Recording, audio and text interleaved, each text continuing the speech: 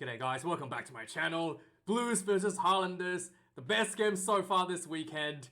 Whew, what a game. This game was just one of those games where you thought the Highlanders could potentially beat the Blues. They had a clear strategy coming into the game. The Highlanders, they wanted to lure the Blues into a kicking strategy. And the Blues were playing into the kicking. And they took the Blues pretty much till the end of the first half to finally break the stalemate. And who else could it be? The King himself. King Bowden breaks the stalemate and gets the Blues in front. I guess he scored the second try, but yeah, the Blues was looking in a really weird spot, really untidy, really scrappy, a lot of rugby for the first 30 minutes. Exactly the way the Highlanders wanted to be. The Highlanders had a red card early in the game. Really kind of hurt them as well. Literally 20 minutes into the game, one of the Highlanders players put the hooker put a high shot into I think it's Hoskins Sotutu maybe, and gets sent off for 20 minutes. Despite that, the Highlanders were still able to control the game. It looked like they were playing with 15 players, to be honest. It didn't look like it affected them at all with that player in the bin. And then just that strategy of the kicking game, luring the Blues into playing the kicking game, and really was able to hold off for really, really long, much longer than they should, before the Blues finally broke through for two tries, back-to-back tries, to put themselves ahead. This game was really interesting stuff. Also, when the first try was scored for the Blues, I felt like there was a medical negligence happening on the field for the Highlanders. Umaga Jensen clearly had a dislocated shoulder or like an AC joint. He was running around holding his shoulder, and he literally was one of the staff member went on. He got there was one point where he got the ball, right. He was trying to run, and he literally pulled up because his shoulder was hurting too much. So a trainer went on the field to look at him and decided he was okay to stay on the field. And guess what? He had to make tackle with one hand. And this literally led to the first try for the Blues. He made a tackle with one hand, allow one of the players, I think it might be, who was it? But you allow one of the Blues players to run, break through the gain line by 10, 20 meters, put the Blues in the front foot, and then basically, the Blues, I think it was Rico's brother, what's his name? Ikea Ioane was basically gets the ball center field, exactly where Umaga Jensen should be in that outer center position. He just runs through this huge gap to score the first try, breaks through for the Blues, stalemate. And that was the beginning of the end. This was really bad for the medical stuff. How can this guy be left on the field to make tackles with one hand? He was literally holding one hand like this and made the tackle with the other hand. How was he left on the field? It was bizarre. How did they decide on this? So that was really bizarre. The Landers also did really well in the scrummaging early in the game. With Ethan de Groot on the field, the Landers actually had advantage in the scrummaging. Fakatava steps in for Aaron Smith, who was injured during training on Thursday. So Fakatava played, I think, almost the full length of the game, but maybe the full game. He did exceptionally well, sparked a lot of opportunities, but it was the execution for the Highlanders. Wasn't able to polish off. There was a few opportunities where Highlanders literally just, a little bit handling error caused them to miss out a try. And just inches away from getting pushed out on the sideline, that sort of things. Missing out a try here and there. And also, the Blues defense was spectacularly good. There were times where the Landers was literally running to a brick wall and going backwards. And the result was the Landers kind of just went to the kicking strategy. And the kicking strategy, sure enough, worked okay, I guess, in the first half. But second half, the kicking game really fell apart. As Bowden Barrett started getting more comfortable, start putting those kicks through, the Landers kicking game really started falling behind. Especially Bowden Barrett putting under those high balls up. The Highlanders, Marty Banks really struggled under this high ball in the second half, and also the variety, just the sheer kicking distance that Bowden Barrett and the Blues was able to counter the Highlanders' kicking strategy was really, really, another level. Put the Highlanders in the position that they really didn't want to be with the kicking game. Also, this was the game where finally Roger Tuivasa-Sheck scored his first try in Super Rugby after a full season. He finally gets his first try, a well-deserved, nice try as well. And this was, again, Beauden Barrett, 2 tries. Man, he looks so fast. Is it just me or he's getting faster? I'm pretty sure last year, when he was playing for the All Blacks, he didn't look this fast. He looks so fast. Like, unbelievable, absolutely flying. And the kicking game I saw from Beauden, man, wow, he's good. He looks so damn good on the field today and so comfortable. Just everything was so easy. The kicking game was so easy. The attacking options, so good. And breaks the stalemate with a second try for the Blues. Just completely destroyed the Highlanders defense. This was insane. Also, there was a weird moment in the first half where the Blues were trying to get themselves in, trying to break the stalemate. There was a try that was disallowed. There was a really weird thing where I think it was Hoskins Tutu, or maybe it was Akira Ioane, one of the big boys from the Blues. He crashes over, clearly put the ball down on the line, and the TMO says he doesn't have conclusive evidence that the try was a goal. Like, I genuinely don't get it. How this was not a try. Like, clearly on the ground, clearly over the line. I honestly, I was mind blown that the TMO decided there was inconclusive evidence to call it a try. So basically, the referee on the field couldn't see the ball being grounded, but so you went up to TMO, and TMO was like, I can't tell him. Like, honestly, go watch the replay. I have never seen a try, a legitimate try, not given. And this was just absolutely one of the most bizarre things I've ever seen in rugby. Probably the most bizarre, disallowed tries I've ever seen. Clearly landed on the ground. The TMO says inconclusive. Not enough evidence to say the ball was on the ground.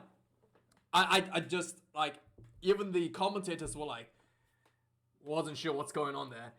Anyway, match stats, 5-0. The Highlanders had a few opportunities where they could have scored, but wasn't able to, like I said, polish up that finishing.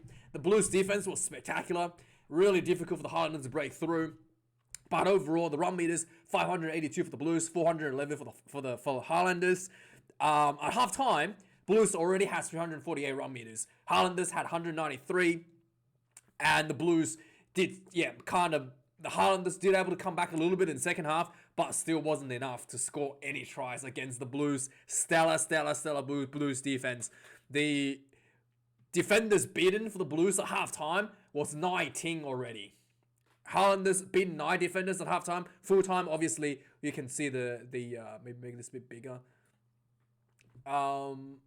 Just make this a tiny bit bigger. Yeah, full time, the defenders beaten count, Blues 30, Highlanders 17. The turnovers conceded, both teams really high turnovers conceded. At halftime, the Blues only conceded 9 turnovers. Highlanders conceded 11 turnovers. So second half, the Blues really wasn't able to maintain the ball as well as they did. 19 turnovers overall. This is really high for both teams. 17 turnovers against the Highlanders. Tackle count, like I was saying, really good for the Blues. 111 tackles made, 17 missed tackles to the Highlanders, 13 missed tackles out of 150 tackles made. The kicking game, this was the halftime. Blues only made 9 kicks, and the Highlanders pressured 14 kicks on the Blues. Second half, the Blues picked up the kicking a little bit, and much better kicking I saw in the second half. 10 kicks in the second half of the Blues. Highlanders was only able to reply with 10 kicking themselves. There was one drop goal for the Highlanders because the Blues defense was literally too good, and Marty Banks just went out. We're not going anywhere. I'll just take a drop goal and see what happens. Yeah, that was a bit of a whatever moment.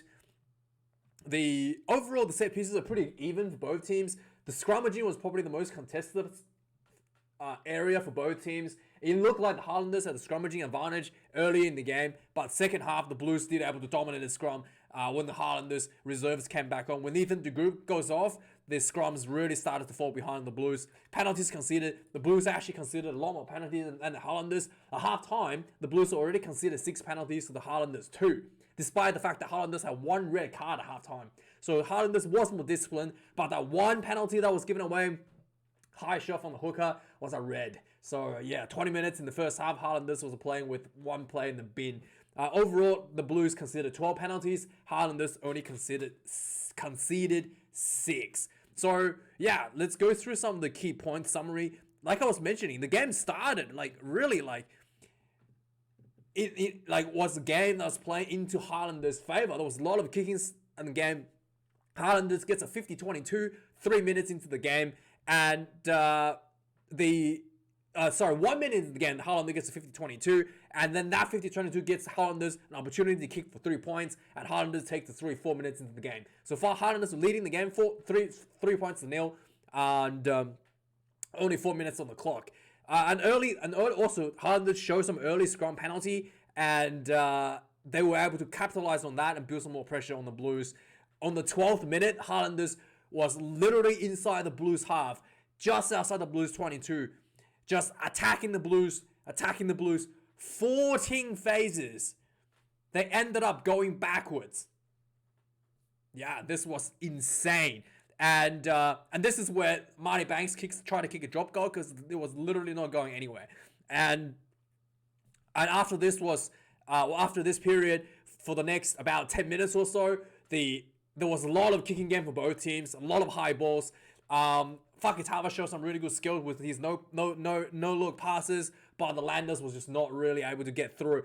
Blues was, whenever the Blues had the ball at this period, it looked like the Blues was able to get over the advantage line much better than the Highlanders, but the Blues was just also having a bit of handling issues, losing the ball here and there, not really able to build any sustained pressure. And then on the 21st minute, this is where the bizarre thing kind of happened. The Blues looked really dangerous, getting on the front foot. They were attacking, getting over the advantage line. Perofeta makes the break. He gets a nice break. He runs through, getting inside the Highlanders 22, and the Blues just start pounding the Highlanders try line. And it was Hakia Ioane goes over. The referee on the field couldn't see the ball grounded because obviously he wasn't in the right position. So he goes, no try on field. Goes up to TMO. Clearly a try was scored here. I kid you not. It could not be a clear try. On the try line, ball touched the ground. There was like zoomed in shot of a ball touching the ground. And the TMO goes, not enough evidence for a try. So the referee goes back and says, okay, says to TMO, Angus Garner, TMO, I think there's a high shot here. Could you have a look? So TMO has a look. Sure enough, the Highlanders hooker puts a high shot in on, I think it was Hoskins, and he gets red carded. So for the remainder of the first half, the Highlanders has a play with a player in the bin. And literally after this happened, Blues goes for another line out, and it looked very dangerous. It looked like the Blues could just probably maul this over. Highlander player, who was it? Was it Umaga? Who was it that was that did this? I think it was Josh Dixon. Yeah, I think it was Josh Dixon. He just literally reached, like the hooker had the ball like tucked on the side like this, right? Like in the back of the maul. Dixon just reaches over, like picking up a basketball one-handed, just plucks it out of the hand of the Eklund's like hooker, Eklund. Just plucks it out of the hand and takes the ball over. Like it was just like bizarre. Like he was just like steals it, yoink. Steals the ball from the Blues. Yeah, it was pretty fun to see. And then Highlands gets himself out of trouble. They try to mount a bit of attack around the halfway mark, and then they knock on the ball, getting the ball straight back to the Blues. Yeah, there's a lot of like pretty scrappy game for both teams. And the Blues, despite having a player in the bin, still struggling to break the defensive line for the Highlanders. It looked like the structure was just lacking a little bit. There's a lot of scrappy rugby playing around, a fair bit of kicking game going around, and eventually, the Blues, on the 27th minute, gets penalised for not releasing the ball. And Highlanders gets another opportunity to kick for 3, and they Ponce puts this one through. Highlanders leading the Blues 27 minutes 6 points to nil. Yeah, almost 30 minutes gone. Blues haven't scored a single point. The Highlanders was leading 6 points to nil. What a bizarre game. And after this, the game is at this point, it's clear that Umanga Jensen is hurt. And for some reason, they left him on the field. And this proven to be the turning point. This proven to be a huge mistake, both for the players' health and the decision on of the team's defense. Literally, the Blues were on the offense, and Umanga Jensen had to make a tackle with one hand. And basically, this allowed the Blues to get over the advantage line quite significantly. And Umanga Jensen wasn't able to get back up to defend on the back line. Blues get the quick ball out. Ball goes out wide to Rico Ioane. Runs in, draws the defender, flat ball to his brother, Akia Ioane. He pumps it through, like straight down the center of the field, exactly where the number 13 should be, where Umanga Jensen should be, but he's not, because he's probably on the ground hurting. Runs through, he slides in under the goalpost for a try. He gets up, right? He gets up and gets the ball. He tries to punch the ball into the ground, and he misses the punch. And the entire stadium just burst out laughing. This was so funny. He was just like, yeah, screw it. He's just like, yeah, whatever. Sticks his tongue out and just like, I don't care. Oh man, it was so funny. He just like holds the ball, tries to punch it to the ground, and he misses the punch. I don't know. Definitely not a boxer. Definitely not a boxer, Akia Ioane. It was so funny. As soon as the try was scored, the Blues still had huge momentum. 2 minutes later, Hoskins to 2-2 once again makes a huge run. The Blues gets really close. Pick and go. It looked like one of the Blues players scores under the post. The commentator goes, try time. The referee says penalty. The player crawled on the ground to reach over the try line. Double movement. So it looked like Highlanders got out of trouble. So they tried to kick the ball out for the penalty from just in front of the goalpost. The ball did not go out. And Blues counter-attack, and he can just feel the momentum with the Blues. Perifetta, again, nice run, gets himself deep inside the Highlanders half. The ball comes back out. I think it was the number 3. What's his name? Tuanga Fasi throws a loop ball behind to Bowden. Bowden gets the ball, right? You can sense it. You can see it. Bowden looks up, and he sees Ethan de Groot. Ethan de Groot in front of him. And Bowden just goes, did a dummy pass, runs straight through him, stiff arm palms him off, straight through, and he just burned everybody straight through under the sticks. And he slided, right? He slided like the full length of the end zone. Just slided, he was so fast, he slided the full length of the end zone. He ended up like out of bounds. I mean, they say there was a bit rainy, so it was a bit wet out there, but still, he was so fast, just completely destroyed Ethan de Groot. And the commentator was like, yeah, nobody in the world believed that Ethan de Groot was going to tackle Beauden Barrett in that situation on 1v1.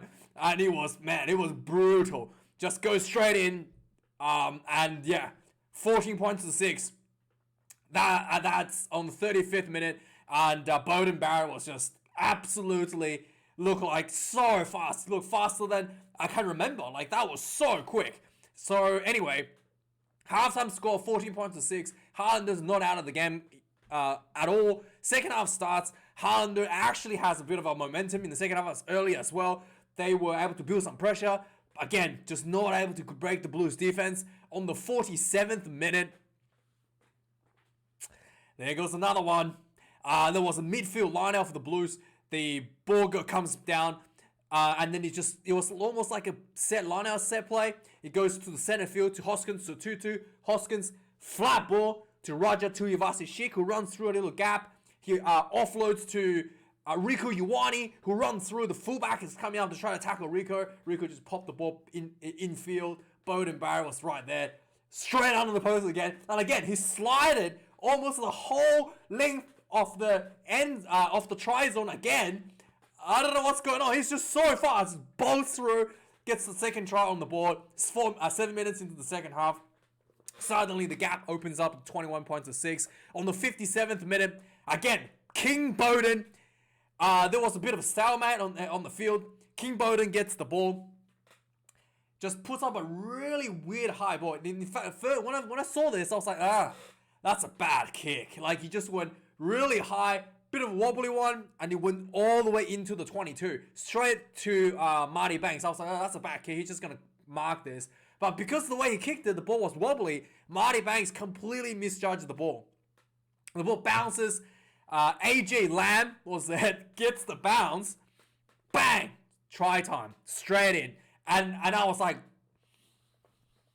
I couldn't believe this. I was like, what? Like, you just look like one of the worst decisions, one of the most random kicks, and he looked like he overcooked it into the 22. But it turned out exactly how you wanted. AJ Lambs picks up the bounce. Straight up, try time. On the 61st minute, the Highlanders finally get themselves some space. They found themselves some space on the wing. They got really close to try line. Few phases later of pick and go. They go, it looked like the referee says Highlanders scores a try. They go back and check when the tackle was made really close to the sideline. One of the Highlander players elbow touches the sideline before he was able to release the ball. So no try. Really, really close on 63rd minute. On the 68th minute, once again, the kicking game is starting to really fall behind the Highlanders now. The Bowden, I think it was Bowden, or maybe it was someone else. Another high ball goes down to Marty Banks, and AJ Lambs win the ball. And once again, the Blues gets on the front foot. The ball comes back out, spreads out wide. Just good hands to Roger Tuivasa-Sheck. He gets the ball. He still had to play out wide. He just went, nah, I'm going to take this. Sees a gap, steps the defender in front of him, cuts back in field, runs straight in for his first try in Super Rugby. Well deserved. He's done really, really well for the Blues, and he gets his opener. 68th minute. And then on the 73rd minute, the Highlanders, again, this looked like this is pretty much like the story of the Highlanders evening. Highlanders had a 5-meter line-out opportunity, putting Blues under quite a bit of pressure. And then they just basically, a couple of crash balls later, they spread the ball out wide. They had a winger out wide open. There was not a defender within 20 yards of him. All they had to do is pass one pass to him, and the pass went too far, went straight out. Bounced on the ground and rolled out.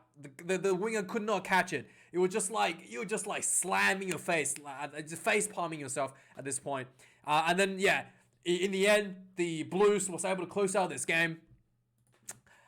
35 points to 6. 35 unanswered points to 6. It took the Blues almost 30 minutes, in fact, 30 minutes to score their first try. And then they put 5 tries on the board. Yeah, King Bowden, such a joy to watch. I really enjoy watching him play. It's just really starting to pick into his prime again. And yeah, let me know your thoughts on this game, guys. Did you like it? I thought this was quite entertaining. The Highlanders really brought something on, and they looked like they had a plan to win the game, but eventually the experience, the skill, the kicking game from the Blues was just a bit too much for the Landers. Thanks for watching this game, guys. Let me know your thoughts in the comments down below. Like, comment, subscribe. We've got one more game this weekend. The Brumbies versus the Hurricanes coming up next. And yeah, I'll see you guys for the review for that match. Like, comment, subscribe. Thanks guys, and have a good weekend. Cheers.